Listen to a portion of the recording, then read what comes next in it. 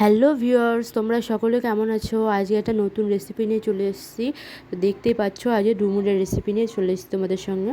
আর ডুমুরটা কীভাবে কাটা হলো তোমরা নিশ্চয়ই দেখতে পারলে।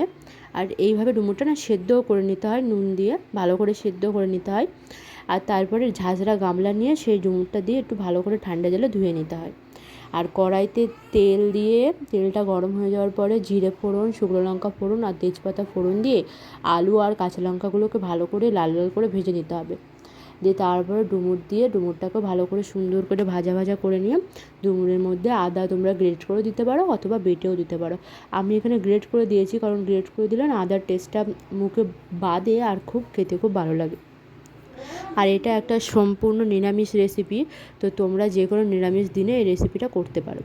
আর ডুমুরটা এখানে ভাজা হয়ে যাওয়ার পরে এখানে জল পরিমাণ মতন তোমরা জল দেবে, আর তারপরে নুন দেবে, হলুদ দেবে, সব কিছু তোমাদের নিজেদের পরিমাণ মতন দেবে।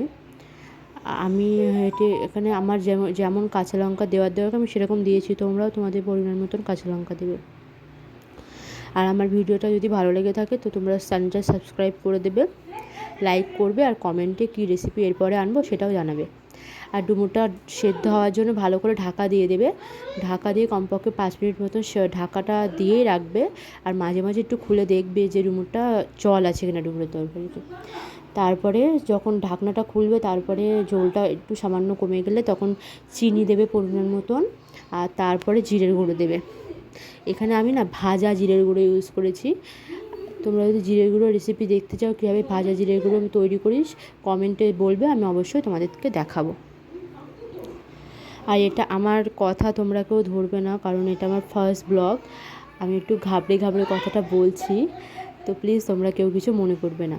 আর এটা যেহেতু নিরামিষ তরকারি, তো সেই জন্য টেস্ট বাড়ানোর জন্য এখানে পরিমাণ মতো ঘি দেওয়া হচ্ছে, তোমরা নিজেদের মতন ঘি দেবে। এখানে আমি বেশ খানিকটা ঘি ইউজ করেছি। আর এই রেসিপিটা প্রচণ্ড টেস্টি হয়, খেতে খুব ভালো লাগে।